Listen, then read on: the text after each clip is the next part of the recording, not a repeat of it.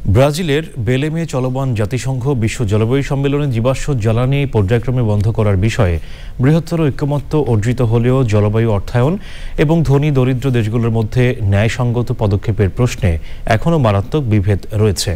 এমন অবস্থায় জলবায়ু পরিবর্তনে বিপর্যয়ের মুখে থাকা দুর্বল জনগোষ্ঠীর জন্য দ্রুত পদক্ষেপ এবং মানবিক সহায়তায় জোর দিয়েছেন পরিবেশবিদরা। মেহেদী হাসানকে সঙ্গে নিয়ে আলিম আল রাজির রিপোর্ট।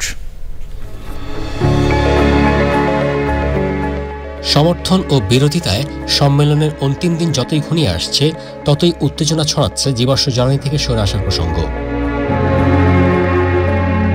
ইতিমধ্যে ৮০টির অধিক দেশ যখন জীবাশ্ম জ্বালানি বন্ধে কঠোর সময়ভিত্তিক রোডম্যাপ চাচ্ছে, তখন সৌদি আরব সহ অন্যান্য তেল উৎপাদনকারী দেশের জোট ওপেক এর সরাসরি বিরোধিতা করছে। পর্যায়ক্রমে বন্ধের বিপরীতে তারা পর্যায়ক্রমে কমানোর প্রস্তাব তুলে ধরেছে। পরিবেশ কর্মীরা এতে হতাশা জানালেও আলোচনায় গতি আনতে রাজনৈতিক সমঝোতা হিসেবে আখ্যায়িত করা হচ্ছে বিষয়টিকে।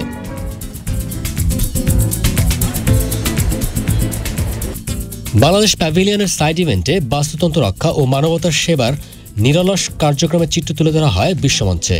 সে সময় লস অ্যান্ড ড্যামেজ তহবিলের যথাযথ কার্যকারিতা নিয়ে দরিদ্র দেশগুলোর দাবির প্রতি সংহতি জানানো হয়েছে। ন্যায্য রূপান্তর নিশ্চিতে পরিবেশ বান্ধব অর্থনীতিতে যাওয়ার পথে শ্রমিক ও সাধারণ মানুষের অধিকার ও জীবিকা সুরক্ষার আহ্বান জানানো হয়। ফাইন্যান্সিং একটা বড় বিষয়, তার মধ্যে আমরা যেহেতু এনডিসি সাপোর্ট করেছি, আমাদের যেগুলো কন্ডিশনাল কাজ আছে আর কি, সেগুলোর জন্য তো আন্তর্জাতিক সহযোগিতার কোনো বিকল্প নেই। আমরা আশা করছি যে ইন্টারন্যাশনাল কমিউনিটি এগিয়ে আসবেন যাতে আমরা জাস্ট ট্রানজিশন অ্যাকশন প্ল্যানটা আগামী ৫ বছরে বাস্তবায়ন করতে পারি। ডেলিভারেবল আউটকামগুলো সেভাবে কতখানি আসবে এটা নিয়ে অনিশ্চয়তা তৈরি হয়েছে। $300 বিলিয়ন যেই প্রয়োজনীয়তা সেটাকে কীভাবে সামনের দিকে এগিয়ে নিয়ে যায় এবং বেলাম থেকে একটি কার্যকরী কিছু আউটকাম নিয়ে সেটাকে নেক্সট কপের আগে একটা ভালো জায়গায় যাওয়া, সেটা মনে হচ্ছে এখন চ্যালেঞ্জিং হয়ে গেল। বিজ্ঞান যেখানে জীবাশ্ম জ্বালানি থেকে দ্রুত সরে আসার কথা বলছে, সেখানে অর্থনৈতিক স্বার্থ এবং জ্বালানি নিরাপত্তার কারণে আপোষ করতে বাধ্য হচ্ছে রাজনৈতিক নেতৃত্ব। সংকট কাটাতে পরিবেশ বান্ধব সমাধানের তাগিদ পরিবেশবিদদের। একদম শেষ পর্যায়ে চলে এসেছি আমরা। আগুনের দুর্ঘটনা না ঘটলে হয়তো আমরা পুরো দিনটা ঠিক মতোই পার করতে পারতাম। আশা রাখছি যে শেষ দিন আমরা যা আলোচনা হবে তার থেকে হয়তো কিছু অগ্রগতি হবে। যারা আদিবাসী তাদের নানা ধরনের এখানে প্রসেশন ছিল, এখানে বেশ একটু হট্টগোল হয়েছে।